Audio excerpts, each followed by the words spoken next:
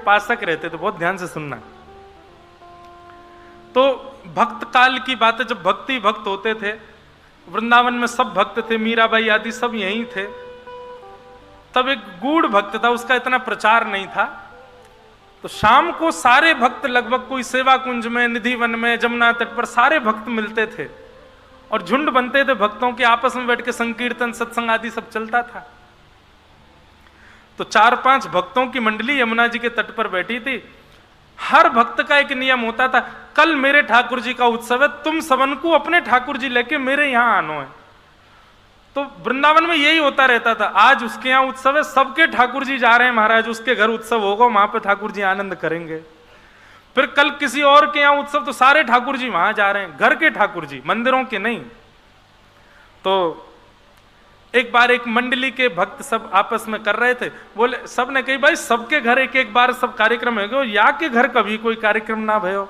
हाँ भाई, तेरी कुटिया में कब उत्सव है, हम सबन के ठाकुर जी आवेंगे। तो बोलो, मेरी कुटिया में कोई उत्सव मत करो। बोले क्यों, तेरे ठाकुर जी को उत्सव नहीं होगा?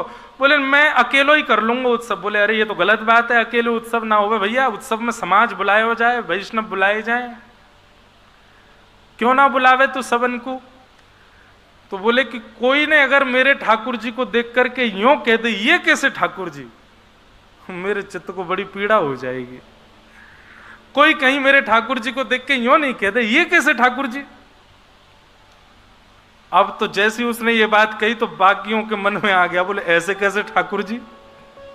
अब तो सब पीछे पड़ गए। बोले अब तो तू अपने घर अपनी कुटिया में हमको बुला, हम तो जरूर आएंगे, और हम सौगंध खा के कह रहे हैं हम बिल्कुल नहीं कहेंगे ये कैसे ठाकुर जी। वहां ने सबसे सौगंध ले ली, सब सौगंध खाओ, तुम में से कोई नहीं कहेगो। सबने सौगंध खा ली, बोले हम में से कोई नहीं कहेगो, तू अपने यहां बुला। अगले दिन माने उत्सव रखो, और उत्सव में माने सबरे बुलाए। जैसे ही सबने वहां की कुटिया में प्रवेश कियो, चारों तरफ घूम करके बोले भैया सुगंधी तो आ रही है इत्र की, पर ठाकुर जी हैं कहाँ हैं? तो उसने दूर दिखाया तो एक चौकी के ऊपर एक मटका रखा था, मटके पर ही मोंगरा के पुष्प लगे थे, उसी में इत्र लगा था, उसी पे ही तिलक चंदन आदि रखा था, उसी पे ही वस्त्र पधराए हुए थे, उसी पे ही माला चंदन आदि सब था, उसी के सन्मुख। बोले ये रहे मेरे ठाकुर जी। अब मटका देख करके ना चाहते हुए सब बोल गए ये कैसे ठाकुर जी। बोले मैंने मना करी, तुम लोग मत बोले, तुम क्यों बोले? अरे भैया क्षमा कर दे, सब पाम पकड़े। बोले भैया क्षमा कर दे, लेकिन सुन बैठ, एक बार बता तो सही है कैसे ठाकुर जी, ये मटका वाले ठाकुर जी कैसे भाई? उसके नेत्र सजल हो गए। बोले भैया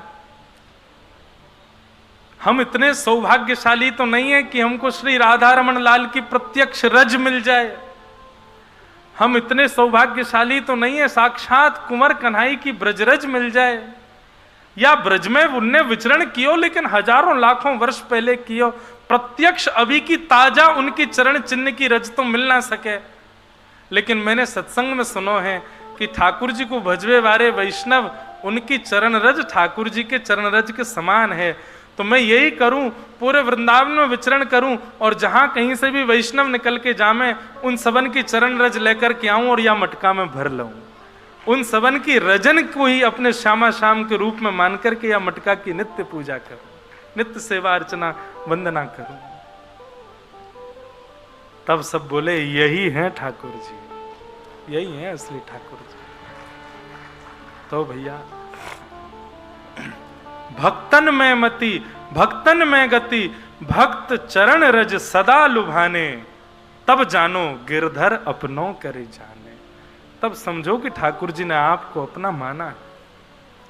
क्योंकि बंधुओं देखो, भगवान की भक्ति श्रेष्ठ हो जाना ये कोई बड़ी बात नहीं है, किसी की भी हो जाएगी। रावण बहुत भक्ति करता था शंकर जी की, 8-8 घंटे एक आसन पर बैठ करके, 10-10 घंटे, 24-24 घंटे एक आसन पर बैठ करके। अरे 8, 10, 24 तो अब के लिए कहा जाएगा, ये सतयुग त्रेता द्वापर के राक्षस तो 6-6, 7-7 वर्ष तक, 100-100 वर्ष तक एक आसन पर बैठ करके भक्ति करते थे। भक्ति हो जाना कोई बड़ी बात नहीं, देव भक्ति में पुष्टता हो जाना, देव भक्ति में आपका मन लग जाना कोई बड़ी बात नहीं है।